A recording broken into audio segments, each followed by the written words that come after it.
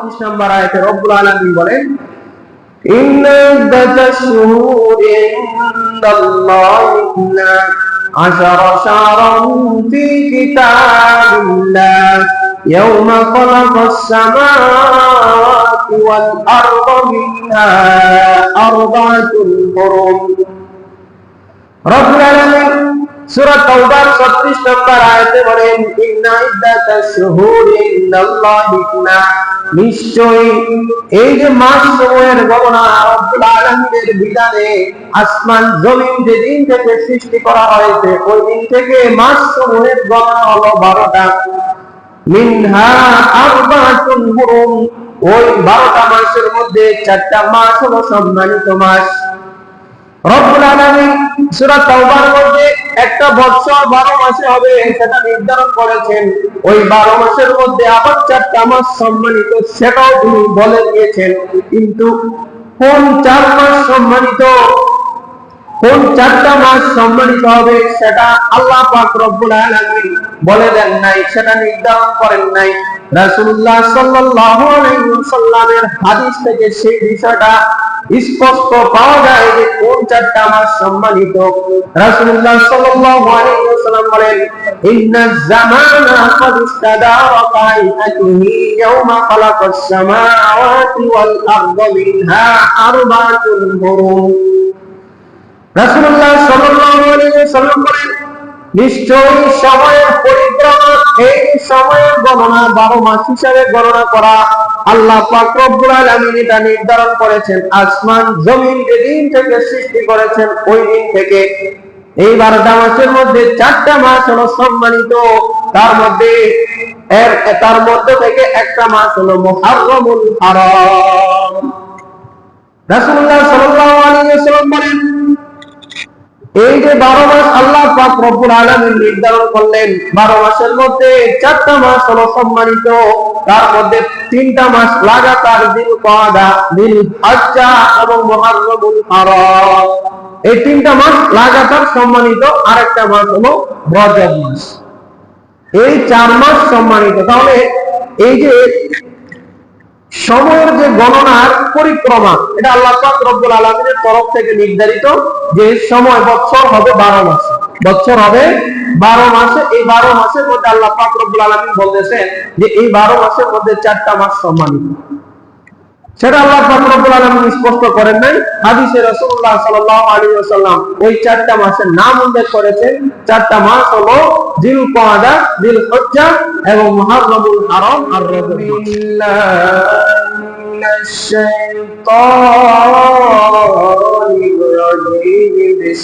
বিসমিল্লাহির রাহমানির রাহিম। إن عدة الشهور عند الله 12 شهرا في كتاب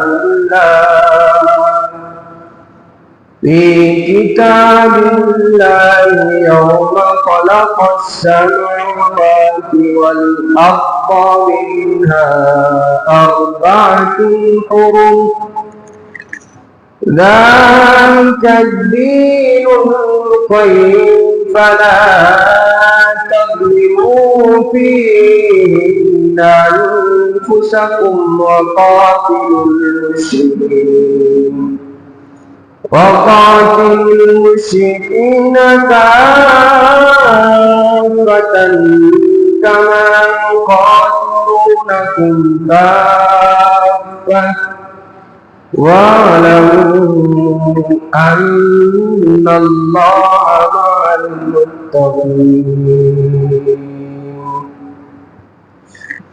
نعمتان مغبون فيهما كثير من الناس الصحة والفراغ أو كما قال النبي صلى الله عليه وسلم صدق الله مولانا العظيم وصدق رسوله النبي الأمين ونحن على ذلك لمن الشاهدين والشاكرين والذاكرين.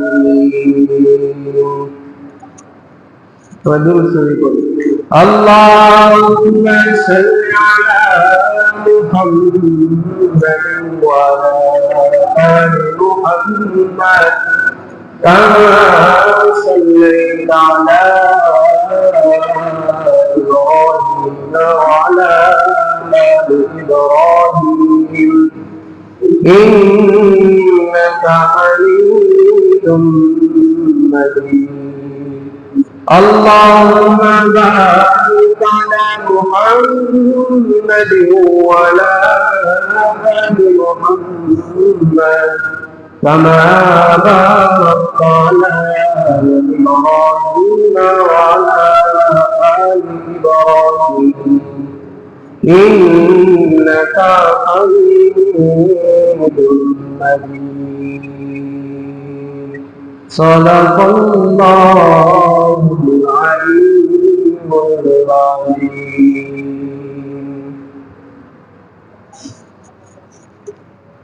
আলহামদুলিল্লাহ, মহান রব্বুল আলামিনের দরবারে লাখ কোটি শুকরিয়া যে মহান রব্বুল আলামিন আমাদেরকে দুনিয়াবি যাবতীয় কাজকর্ম থেকে পারেক করে রব্বুল আলামিনের অসংখ্য অগণিত বান্দাদের থেকে যাচাই বাছাই করে মহান রব্বুল আলামিনের পবিত্র বিধান জুমার নামাজটুকু আদায় করতে রব্বুল আলামিনের পবিত্র ঘর মসজিদে আসা বসার তৌফিক দান করেছেন। এই জন্য রব্বুল আলামিনের শুকরিয়া আদায়তে আমরা সকলে জোরে সোরে একবার বলি আলহামদুলিল্লাহ।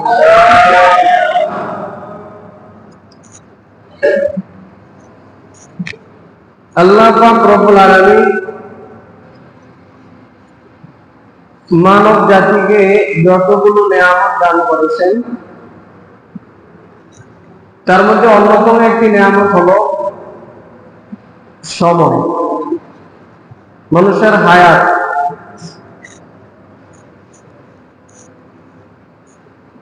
এই গুরুত্বপূর্ণ নেয়ামত, যে নেয়ামতের ব্যাপারে অধিকাংশ মানুষ খুব বেশি গাফেল থাকে এবং অবহেলার মধ্যে সময় কাটিয়ে দেয়। এই সময়ের পরিক্রমায় সময়ের যে নিজস্ব গতি আছে, ওই সময়ের গতির পরিক্রমায় আমাদের জীবন থেকে এক একটা বছর চলে যাচ্ছে, বাহ্যিকভাবে আমাদের বয়স বাড়তেছে, আর বাস্তবিক পক্ষে এক বছর চলে যাচ্ছে মানে হলো আমাদের জীবন থেকে একটা বছর কমে যাচ্ছে। এই দুনিয়ার মধ্যে আমাদের জীবন বয়স বাড়তেছে, কিন্তু প্রকৃতপক্ষে এক বছর চলে যাচ্ছে মানে হলো আমার যদি আল্লাহ পাক রব্বুল আলামিন তকদিরে 60 বছর জিন্দেগি দিয়ে থাকে, তার মধ্যে থেকে এক বছর চলে গেল। স্বাভাবিকভাবে হিসাব করলে বা স্বাভাবিকভাবে যদি আমরা চিন্তা করি, আমার জন্য নির্ধারিত ছিল 60 বছর, তার মধ্যে থেকে এক বছর চলে গেল। এই চলে যাওয়ার কারণে আমি কি আনন্দিত হব, নাকি এই বিষয়টা নিয়ে একটু চিন্তা করবো বা ফিকির করবো? কি করা উচিত ভাই? চিন্তা করা উচিত। তাহলে আমরা যে বাংলা বর্ষ শুরু হয়, যে ইংরেজি নতুন বর্ষ শুরু হয়, নতুন বর্ষকে স্বাগত জানানোর জন্য আনন্দ করি বা এটাকে উদযাপন করি, এটা যদি আমরা স্বাভাবিক হিসাবে চিন্তা করি, এটা মূলত আনন্দ বা উদযাপন করার মতো বিষয়। এটার মধ্যে ফিকির করা, চিন্তা করা যে গত বছর যে চলে গেল এই বছরে আমার ভালো কাজ করলাম কি, আমার উপকার হলো কি, ক্ষতি হলো কি, এই বিষয়গুলো চিন্তা করা হলো একজন বুদ্ধিমানের কাজ। কারণ সময় তো চলে যাচ্ছে।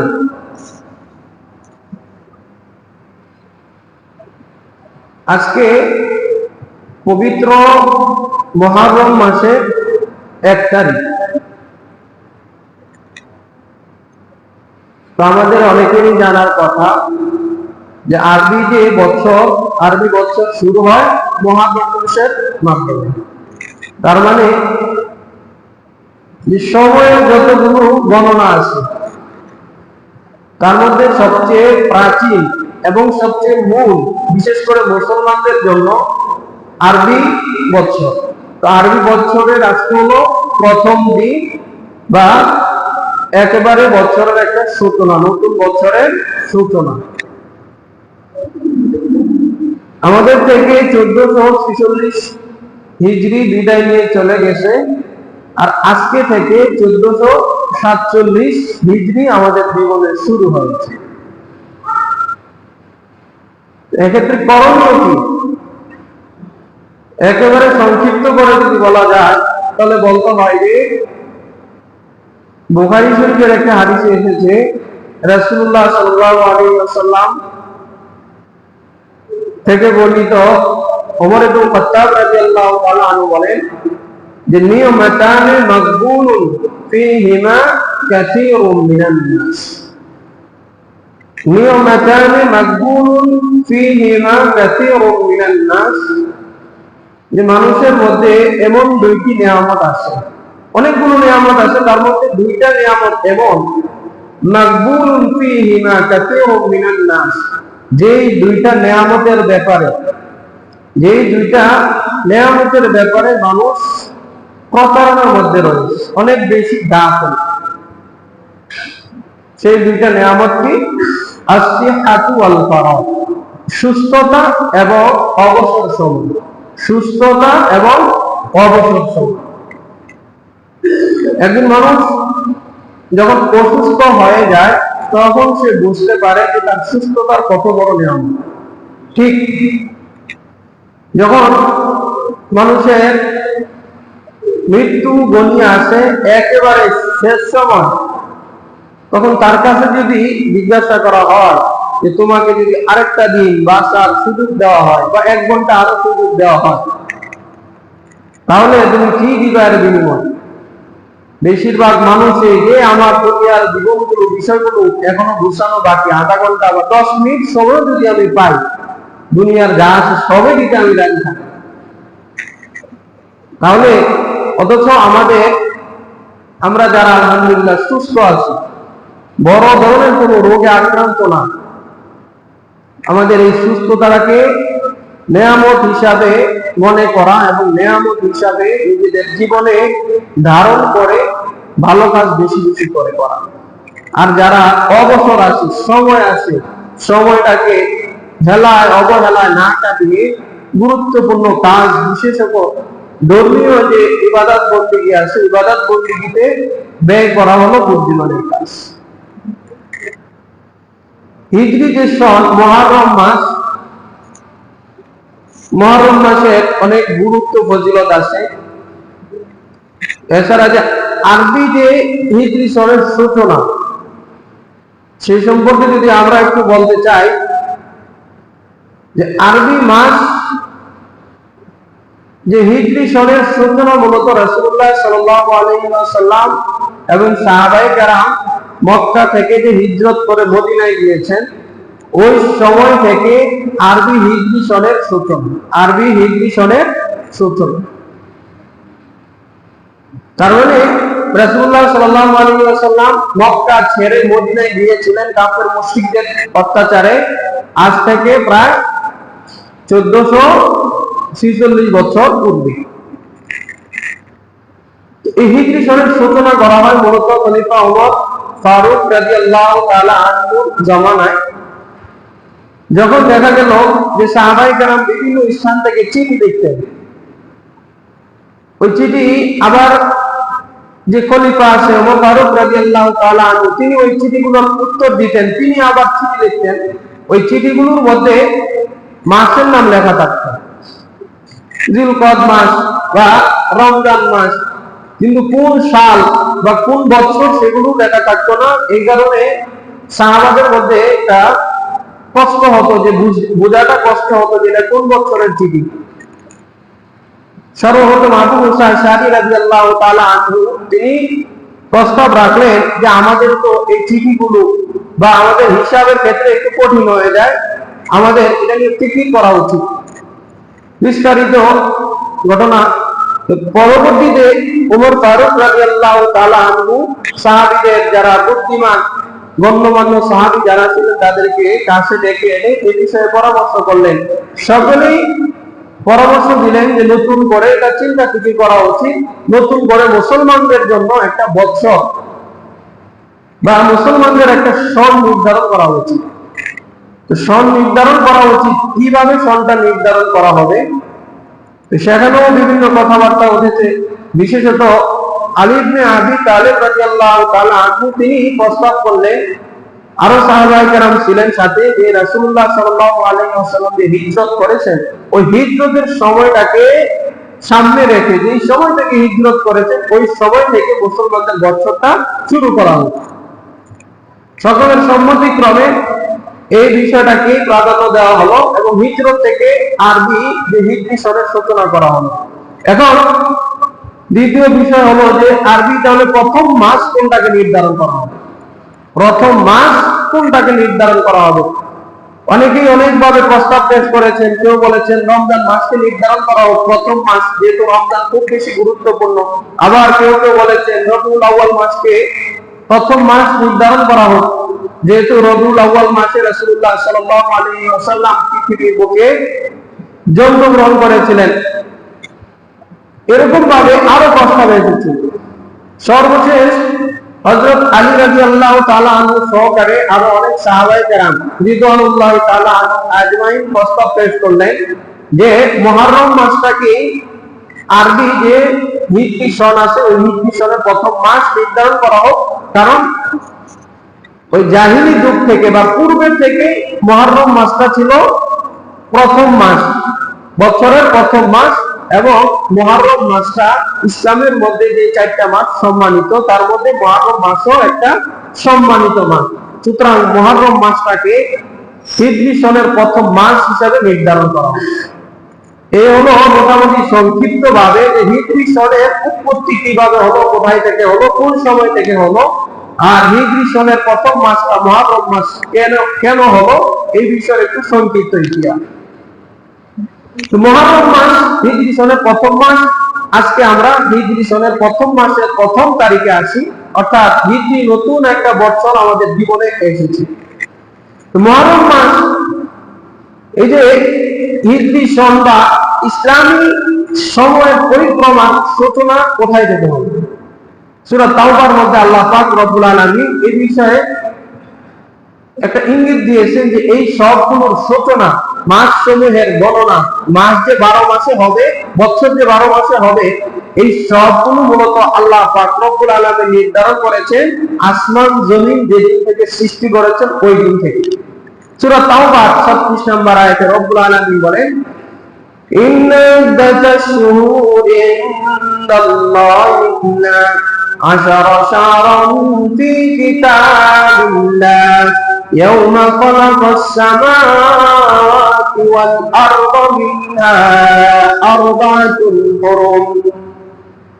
রব্বুল আলামিন সূরা তাওবার 36 নম্বর আয়াতে বলেন, ইন্না ইদ্দাতাশ শুহুরি ইনদাল্লাহি 12, নিশ্চয়ই এই যে মাস সমূহের গণনা রব্বুল আলামিনের বিধানে আসমান জমিন যেদিন থেকে সৃষ্টি করা হয়েছে ওই দিন থেকে মাস সমূহের গণনা হলো 12টা। মিনহা আরবাতুল হুরুম, ওই 12টা মাসের মধ্যে 4টা মাস হলো সম্মানিত মাস। রব্বুল আলামিন সূরা তাওবার মধ্যে একটা বছর 12 মাসে হবে সেটা নির্ধারণ করেছেন। ওই 12 মাসের মধ্যে আবার 4টা মাস সম্মানিত সেটাও তিনি বলে দিয়েছেন। কিন্তু কোন 4 মাস সম্মানিত, কোন চারটা মাস সম্মানিত হবে সেটা আল্লাহ পাক রব্বুল আলামিন বলে দেন নাই, সেটা নির্ধারণ করেন নাই। রাসূলুল্লাহ সাল্লাল্লাহু আলাইহি ওয়াসাল্লামের হাদিস থেকে সেই বিষয়টা স্পষ্ট পাওয়া যায় যে কোন চারটা মাস সম্মানিত। রাসূলুল্লাহ সাল্লাল্লাহু আলাইহি ওয়াসাল্লাম বলেন, ইন্নাজ জামানা ক্বাদ ইস্তাদারা কাইআতিহি ইয়াওমা খালাকাস সামাওয়াতি ওয়াল আরদা মিনহা আরবাতুন হুরুম। রাসূলুল্লাহ সাল্লাল্লাহু আলাইহি ওয়াসাল্লাম বলেন, নিশ্চয়ই সময়ের পরিক্রমা, এই সময়ের গণনা 12 মাস হিসাবে গণনা করা আল্লাহ পাক রব্বুল আলামিন এটা নির্ধারণ করেছেন আসমান জমিন যেদিন থেকে সৃষ্টি করেছেন ওই দিন থেকে। এই 12টা মাসের মধ্যে 4টা মাস হলো সম্মানিত, তার মধ্যে থেকে একটা মাস হলো মুহাররমুল হারাম। রাসূলুল্লাহ সাল্লাল্লাহু আলাইহি ওয়াসাল্লাম বলেন, এই যে 12 মাস আল্লাহ পাক রব্বুল আলামিন নির্ধারণ করলেন, 12 মাসের মধ্যে 4টা মাস হলো সম্মানিত, তার মধ্যে 3টা মাস লাগাতার জিলকাদা, জিলহজ্জা এবং মুহাররমুল হারাম। এই 3টা মাস লাগাতার সম্মানিত, আরেকটা মাস হলো রজব মাস। এই 4 মাস সম্মানিত। তাহলে এই যে সময়ের যে গণনার পরিক্রমা, এটা আল্লাহ পাক রব্বুল আলামিনের তরফ থেকে নির্ধারিত যে সময় বছর হবে 12 মাস, বছর হবে 12 মাসে। এই 12 মাসের মধ্যে আল্লাহ পাক রব্বুল আলামিন বলতেছেন যে এই 12 মাসের মধ্যে 4টা মাস সম্মানিত। সেটা আল্লাহ পাক রব্বুল আলামিন স্পষ্ট করেন নাই, হাদিসে রাসূলুল্লাহ সাল্লাল্লাহু আলাইহি ওয়াসাল্লাম ওই 4টা মাসের নাম উল্লেখ করেছেন। 4টা মাস হলো জিলকাদা, জিলহজ্জা এবং মুহাররমুল হারাম আর রজব মাস। তাহলে মুহাররমুল হারাম বা আমরা যে বর্তমানে যে মাসে এসে উপস্থিত মুহররম মাস, এই মাসটা আল্লাহ পাক রব্বুল আলামিনের তরফ থেকে সম্মানিত মাস। এবং রাসূলুল্লাহ সাল্লাল্লাহু আলাইহি ওয়াসাল্লাম এই মাসে অনেক গুরুত্ব আরোপ করেছেন, এই মাসে অনেক ফজিলত বর্ণনা করেছেন, এই মাসে অনেক তাৎপর্য ব্যাখ্যা করেছেন। এছাড়া এই মুহররম মাসের একটা বিশেষ দিন আছে, মুহররম মাসের 10 তারিখ, মুহররম মাসের 10 তারিখ অর্থাৎ আশুরা। মুহররম মাসের 10, আরবিতে 10 কে বলে আশুরা, আশারা। ওই আশারা থেকে মুহররম মাসের 10 কে আমরা আশুরার দিন হিসাবে চিনি। এখানে একটা বিষয় লক্ষণীয় যে আমাদের বিশেষ করে আপনার উপমহাদেশের অঞ্চলগুলোতে মুহররম মাসের নাম শুনলেই আমরা আমাদের মাথার মধ্যে প্রথম যে বিষয়টা আছে যে কারবালার ইতিহাস, হযরত হুসাইন রাদিয়াল্লাহু তাআলা আনহু যে শহীদ হওয়া, নির্মমভাবে শহীদ হওয়ার ইতিহাস। এটা তো অবশ্যই ঠিক আছে যে হযরত হুসাইন রাদিয়াল্লাহু তাআলা আনহু 10 মুহররম শহীদ হয়েছেন এবং এই কারণে এটা সম্মানিত হয়েছে। কিন্তু তার পূর্বে আমাদেরকে জানতে হবে এই মুহররম মাসের 10 তারিখ অর্থাৎ আশুরা, 10 মুহররম, এটা শুধুমাত্র হযরত হুসাইন রাদিয়াল্লাহু তাআলা আনহু এই দিনে শহীদ হয়েছেন বিষয়টা এরকম না, বরং পৃথিবীর সূচনা লগ্ন থেকে এই 10 মুহররমে অনেক ঐতিহাসিক ঘটনা সংঘটিত হয়েছে। কারণ আমরা সকলেই জানি যে হযরত হুসাইন রাদিয়াল্লাহু তাআলা আনহু ইরাকের যে কারবালা স্থানে নির্মমভাবে জালেমদের থেকে শহীদ হয়েছিলেন, সেই বছরটা হলো 61 হিজরি। তাহলে 61 হিজরির আরো যে আগের ঘটনাগুলো, আরো যে পৃথিবীর সূচনা লগ্ন থেকে যে ঐতিহাসিক ঘটনাগুলো সংঘটিত হয়েছে 10 মুহররম, তাহলে ওই ঐতিহাসিক ঘটনাগুলো তো এগুলোর তো একটা অবশ্যই অবদান আছে। তাহলে আমরা যারা দুটো বিষয়কে সামনে রেখে বলার চেষ্টা করি, এভাবে বলতে পারি যে 10 মুহররম অর্থাৎ আশুরার যে দিনটা, এটা পৃথিবীর 17 লগ্ন থেকে ঐতিহাসিক একটা দিন। এবং ওই ঐতিহাসিক দিনের মধ্যে 61 হিজরি 10 মুহররমে হযরত হুসাইন রাদিয়াল্লাহু তাআলা আনহু জালেমদের মাধ্যমে, জালেমদের থেকে নির্মমভাবে কারবালার প্রান্তরে শহীদ হয়েছে। এতটুকু আমরা বলতে পারি। ইতিহাসবিদগণ পৃথিবীর যে তারিখী রেওয়ায়েত আছে, ইতিহাসী রেওয়ায়েত, একটা হলো হাদিস, হাদিসের ক্ষেত্রে একেবারে স্পষ্ট বিশ্বাস থাকতে হবে যে হাদিসকে অস্বীকার করা যাবে না। হাদিসে রাসূলুল্লাহ সাল্লাল্লাহু আলাইহি ওয়াসাল্লাম যা বলেছেন এটাই চিরন্তন সত্য। এটাকে কেউ মিথ্যা বলার চেষ্টা করলে বা অস্বীকার করলে সে কাফের হয়ে যাবে। এটা হলো হাদিস। আরেকটা হলো ইতিহাসী রাওয়ায়াত, তারিখী রাওয়ায়াত, যেগুলো রাসূলুল্লাহ সাল্লাল্লাহু আলাইহি ওয়াসাল্লাম সরাসরি বলেন নাই, কিন্তু ইতিহাসের রাওয়ায়াতে এই ঘটনাগুলো ঘটে এসেছে এবং বর্ণিত হয়েছে। ওই তারিখী রাওয়ায়াতে এসেছে যে হযরত আদম আলাইহিস সালাম যখন ওনার তরফ থেকে কিছু কার্যক্রমের মাধ্যমে যখন আল্লাহ পাক রব্বুল আলামিনের তরফ থেকে তাকে জান্নাত থেকে বের করে দেওয়া হলো স্ত্রী, তিনি আল্লাহ পাক রব্বুল আলামিনের কাছে দীর্ঘ সময় তওবা করেছেন, অনুনয় বিনয় করেছেন, আফসোস করেছেন, ক্ষমা প্রার্থনা করেছেন। তারিখী রাওয়ায়াতে এসেছে যে তিনি কান্নাকাটি করতেছেন লাগাতার বছরের পর বছর, যুগের পর যুগ, তার নির্ধারিত কোনো সময় নাই। সর্বশেষ যখন আল্লাহ পাক রব্বুল আলামিনের কাছে তিনি দোয়া করলেন যে আল্লাহ পাক রব্বুল আলামিন তাকে কিছু বাক্য শিখিয়ে দিলেন, যে বাক্যগুলো কি সূরা আরাফের মধ্যে এসেছে যে আল্লাহ পাক রব্বুল আলামিন তাকে শিখিয়ে দিলেন যে ক্বালা, তোমরা বলো, ক্বালা রাব্বানা যালামনা আনফুসানা ইল্লাম তাগফির লানা ওয়া তারহামনা লানাকুনান্না মিনাল খাসিরিন। রব্বুল আলামিন দোয়া শিখাই দিলেন যে তোমরা দোয়া করো, রব্বানা যালামনা আনফুসানা, হে আমাদের রব, যালামনা আনফুসানা, আমরা আমাদের নিজেদের উপরে জুলুম করেছি। রব্বানা যালামনা আনফুসানা ওয়া ইল্লাম তাগফির লানা, এবার আপনি যদি আমাদেরকে ক্ষমা না করেন, ওয়া তারহামনা, আপনি যদি আমাদের উপরে রহম না করেন, লানাকুনান্না মিনাল খাসিরিন, তাহলে অতি অবশ্যই আমরা ক্ষতিগ্রস্ত হয়ে যাব। তারিখী রাওয়ায়াতে এসেছে আদম আলাইহিস সালাম যখন এই শব্দগুলোর মাধ্যমে আল্লাহ পাক রব্বুল আলামিনের কাছে প্রার্থনা করলেন, ক্ষমা প্রার্থনা করলেন, আল্লাহ পাক রব্বুল আলামিন তার দোয়াটা যেদিন কবুল করেছিলেন ওই দিনটা হলো মুহররম মাসের 10 তারিখ, অর্থাৎ আশুরার দিন।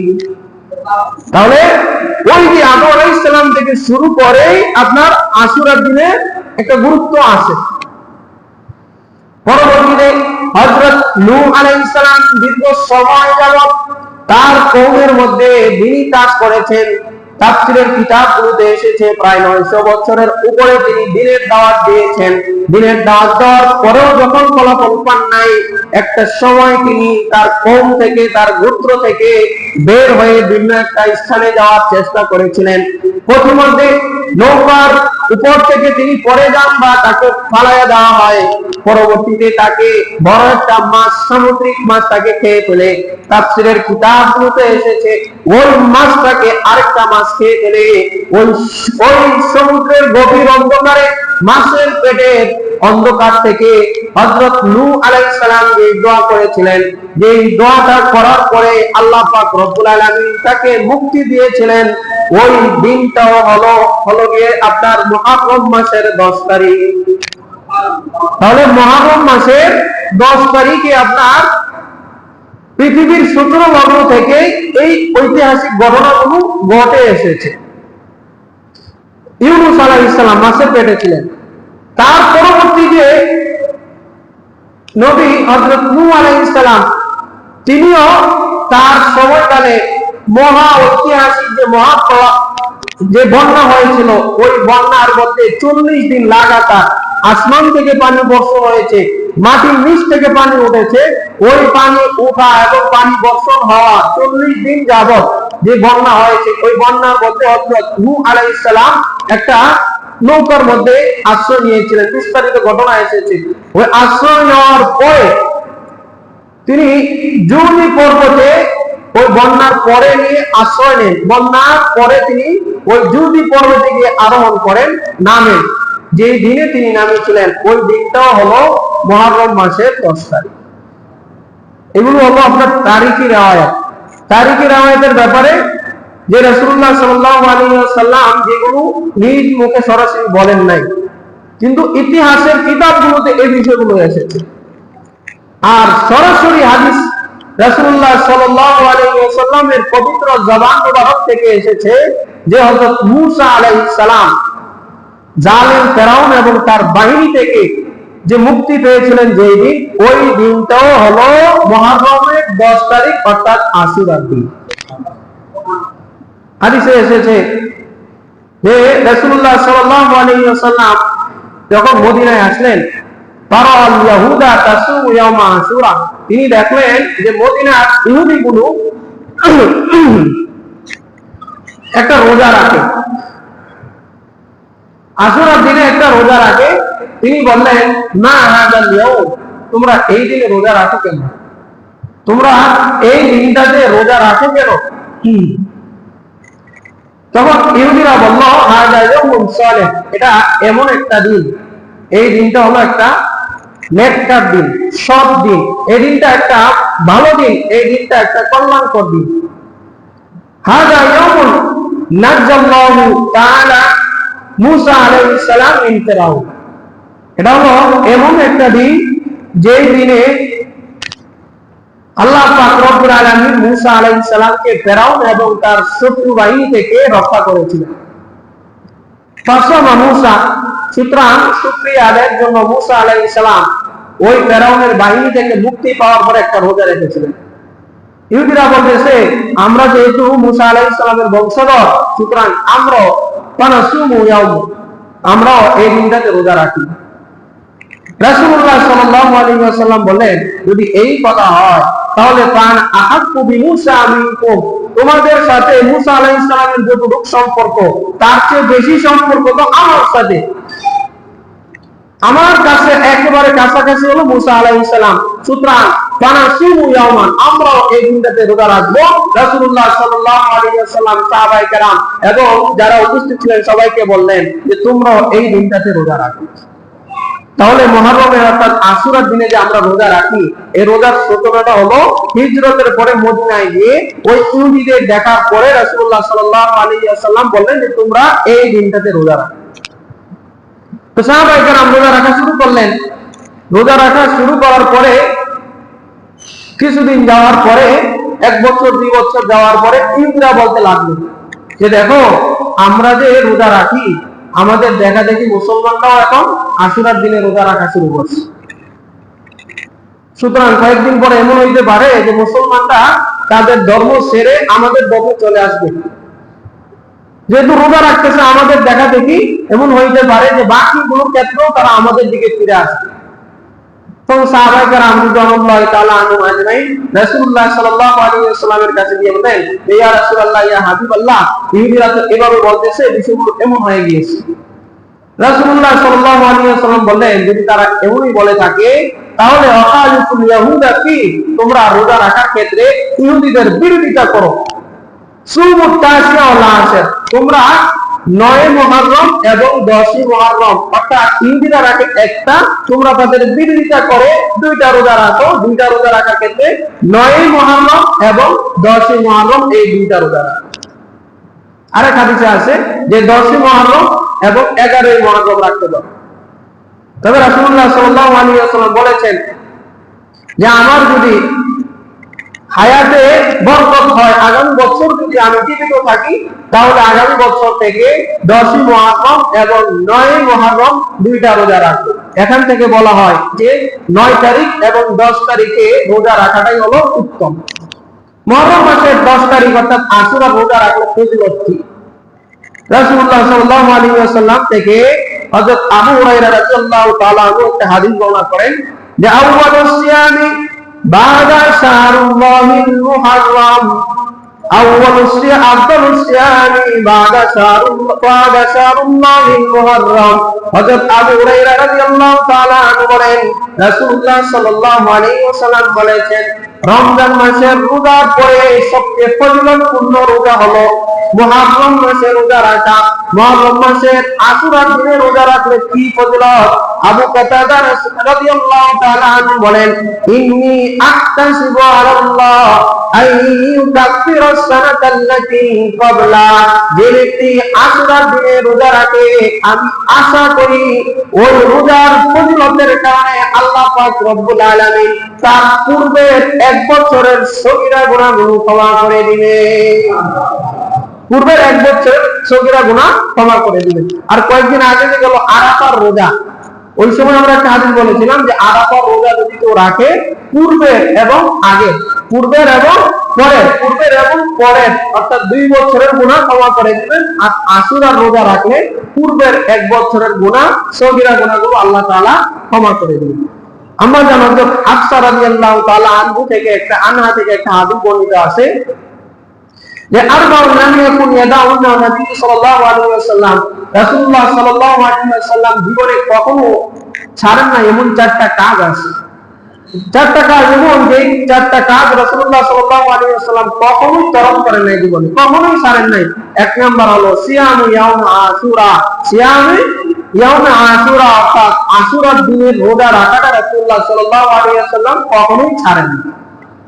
2 নাম্বার হলো জিলহজ মাসের রোজা রাসূলুল্লাহ সাল্লাল্লাহু আলাইহি ওয়াসাল্লাম কখনোই ছাড়েন নাই। 3 নাম্বার হলো প্রত্যেক মাসে 3 দিন রোজা রাখা, আইয়ামে বীজের রোজা রাখা রাসূলুল্লাহ সাল্লাল্লাহু আলাইহি ওয়াসাল্লাম কখনোই ছাড়েন নাই। 4 নাম্বার হলো ফজরের 2 রাকাত সুন্নাত, রাসূলুল্লাহ সাল্লাল্লাহু আলাইহি ওয়াসাল্লাম জীবনে কখনোই ছাড়েন নাই। তো ফজরের 2 রাকাত সুন্নাতের ব্যাপারে বলা হয়েছে যে ফজরের 2 রাকাত সুন্নাত এবং ফজরের নামাজের মাঝখানে যে সময়টা, এটা এত বরকতপূর্ণ সময় যে এই বরকতপূর্ণ সময়, এটা এত দামি সময়, কোন ব্যক্তি যদি এই দান সম্পর্কে বুঝতো তাহলে আসমান এবং জমিনের মাঝামাঝি যা কিছু আছে সবগুলোকে বাদ দিয়ে হলেও সে ফজরের 2 রাকাত সুন্নাত এবং ফজরের ফরজের মাঝখানে সে আল্লাহর কাছে দোয়া করত। এখন আমরা যদি ফজরের নামাজই না পড়ি তাহলে এই বরকত পাবো কোথায়? আবার অনেক সময় আছে আমরা ফজরের নামাজ পড়ি কিন্তু ইমাম সাহেব যখন নামাজে দাঁড়িয়ে যায় সূরা মেরাজ শেষ 1 রাকাত হিসাব পাই। তাহলে যে ফজরের নামাজের 2 রাকাত সুন্নাত এবং সুন্নতের মাঝামাঝি যে সময়টা আছে ওই সময়ের যে বরকত আছে ওই বরকতটা থেকে আমরা বঞ্চিত হব। এই কারণে অবশ্যই আমরা যারা নামাজ পড়ি, ধর্মকর্ম মানার চেষ্টা করি, সব নামাজ যেভাবে পড়ি ফজরের নামাজটাও আমরা পড়তে হবে। ফজরের নামাজের আগে এসে 2 রাকাত সুন্নাত পড়ার পরে যে সময়টা আছে ওই সময়ে দোয়া করলে আল্লাহ পাক রব্বুল আলামিন ওই দোয়াগুলো কবুল করেন। বিশেষ করে ফুকায়ে কেরামের কিতাবগুলোতে এসেছে যে মুজাররাব একটা পরীক্ষিত আমল, কোন ব্যক্তি যদি 100 বার সুবহানাল্লাহি ওয়া বিহামদিহি সুবহানাল্লাহিল আযীম আস্তাগফিরুল্লাহ, সুবহানাল্লাহি ওয়া বিহামদিহি সুবহানাল্লাহিল আযীম আস্তাগফিরুল্লাহ ফজরের নামাজের 2 রাকাত সুন্নাত পড়ার পরে জামাত শুরু হওয়ার আগ পর্যন্ত অপেক্ষা করে এই দোয়াগুলো 100 বার পরে আল্লাহ পাক রব্বুল আলামিন দুনিয়াবি যাবতীয় পেরেশানি থেকে মুক্ত দিবেন এবং তার রিজিকের মধ্যে বরকত দান করবেন। ফুকায়ে কেরাম বলেন এই 100 বার এই দোয়ার আমলের বদৌলতে আল্লাহ পাক রব্বুল আলামিন তার যত বালা মুসিবত আছে, ব্যবসার মধ্যে, পরিবারের মধ্যে যে পেরেশানি আছে ওই পেরেশানিগুলো দূর করে দিবেন। এই সব ফজিলত পাওয়ার জন্য আমাদের প্রথমে কি করতে হবে? ফজরের নামাজটা পড়তে হবে। ফজরের নামাজ না পড়লে আপনার দুনিয়াও বরবাদ, আখিরাতও বরবাদ। এই যে ফজিলত যে রাসূলুল্লাহ সাল্লাল্লাহু আলাইহি ওয়াসাল্লাম জীবনে কখনো ফজরের 2 রাকাত সুন্নাত ছাড়েন নাই, এই আমাদের বরকতটাও নষ্ট হয়ে যায়। এবার আপনার মুহররম মাসে আশুরার দিনে রোজা রাখার ফজিলত আমরা বলেছি। আশুরার রোজা মানে হলো একটা রোজা না, 2টা রোজা, 9 মুহররম এবং 10 মুহররম, অথবা 10 মুহররম এবং 11 মুহররম। এখন শয়তানের কাজ হলো যেই সমস্ত বিষয়গুলো বা যেই সমস্ত দিনগুলোর মধ্যে বেশি ফজিলত আছে ওই সমস্ত দিনগুলোর মধ্যে অবৈধ কাজ মিশ্রণ ঘটিয়ে দেয়। 10 মুহররম এত ফজিলতপূর্ণ, আমরা ইতিহাস বর্ণনা করলাম যে আদম আলাইহিস সালাম থেকে শুরু করে এই দিনের মধ্যে ঐতিহাসিক ঘটনাগুলো সংঘটিত হয়েছে।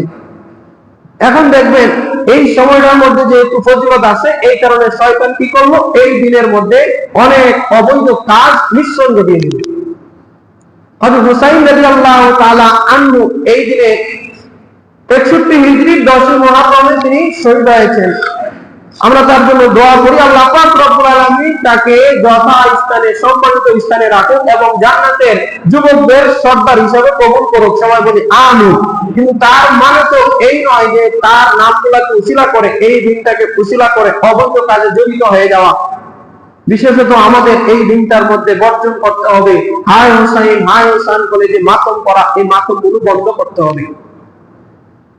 রাসূলুল্লাহ সাল্লাল্লাহু আলাইহি ওয়াসাল্লাম বলেছেন, বুখারী শরীফের হাদিস, লাইসা মিন্না মান দারাবাল হুদুদ, ওই ব্যক্তি আমার অন্তর্ভুক্ত না, আমার দলের অন্তর্ভুক্ত না, মান দারাবাল হুদুদ, যে গাল চাপড়ায়, যে বিপদে পড়ে গাল চাপড়ায়, অসত্তল যুগ এবং যে বুকের মধ্যে আঘাত করে, ওয়াদাআ বিদাওয়াল জাহিলিয়া, এবং যারা জাহিলি যুগের লোকদের মতো বিলাপ করে।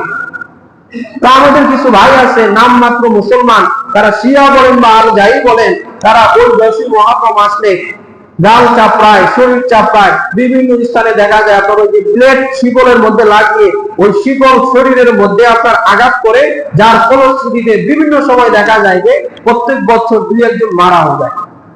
এগুলোর মধ্যে আমরা সওয়াবের আশা তো চিন্তাও করতে পারি না, বরঞ্চ এগুলো চূড়ান্ত পর্যায়ের হারাম। আমরা কি করতে পারি? আহলে বাইত সহকারে হযরত হুসাইন রাদিয়াল্লাহু তাআলা আনহুর জন্য দোয়া করতে পারি। হযরত হুসাইন রাদিয়াল্লাহু তাআলা আনহুর যে আদর্শ আছে, ওই আদর্শগুলো আমাদের জীবনে আমরা অ্যাপ্লাই করতে পারি। এবং হযরত হুসাইন রাদিয়াল্লাহু তাআলা আনহু যেমন ওই বাতিলের সামনে মাথা নত করেন নাই, বীরের বেশে যুদ্ধ করেছেন, আমরাও বাতিলের সামনে মাথা নত না করে আল্লাহ পাক রব্বুল আলামিনের উপরে ভরসা করতে পারি। তাহলে আমাদের হুসাইন রাদিয়াল্লাহু তাআলা আনহুর প্রতি ভালোবাসা প্রকাশ পাবে। আর যদি আমরা ওই হায় হুসাইন হায় মাতম করি আর নিজেদের শরীর আমরা শরীরের বাহিরে গিয়ে শরীরের উপরে আঘাত করি, এগুলো চূড়ান্ত পর্যায়ের হারাম এবং চূড়ান্ত পর্যায়ের অন্যায়, চূড়ান্ত পর্যায়ের অপরাধ ছাড়া কিছুই না। এছাড়াও আমরা 10 মুহররম আসবে সামনে, আমরা বিস্তারিত ভাবে কারবালার ঘটনাগুলো তুলে ধরার চেষ্টা করব, কিভাবে শহীদ হয়েছেন সেগুলো আমরা বিস্তারিত আলোচনা করার চেষ্টা করব। তার আগে আমরা এই দিনের মধ্যে 2টা কাজ করার অবশ্যই ইচ্ছা করি আজকে থেকে। এক হলো এই দিনে আল্লাহ পাক রব্বুল আলামিন যেহেতু হযরত আদম আলাইহিস সালামের তওবা কবুল করেছেন, হযরত ইউনূস আলাইহিস সালামের তওবা কবুল করেছেন, হযরত নূহ আলাইহিস সালামের তওবা কবুল করেছেন, হযরত মূসা আলাইহিস সালামকে এই দিন আল্লাহ পাক রব্বুল আলামিন মুক্তি দিয়েছেন, হযরত ইউসুফ আলাইহিস সালামকে আল্লাহ পাক রব্বুল আলামিন 10 মুহররমে ওই কূপ থেকে মুক্তি দিয়েছেন। তাহলে আমরাও আশা রাখতে পারি যে এই 10 মুহররমে যদি আমরা তওবা করি, আল্লাহর কাছে ক্ষমা প্রার্থনা করি, তাহলে আল্লাহ পাক রব্বুল আলামিন আমাদেরকে মুক্তি দিবেন এবং আমাদেরকে ক্ষমা করে দিবেন।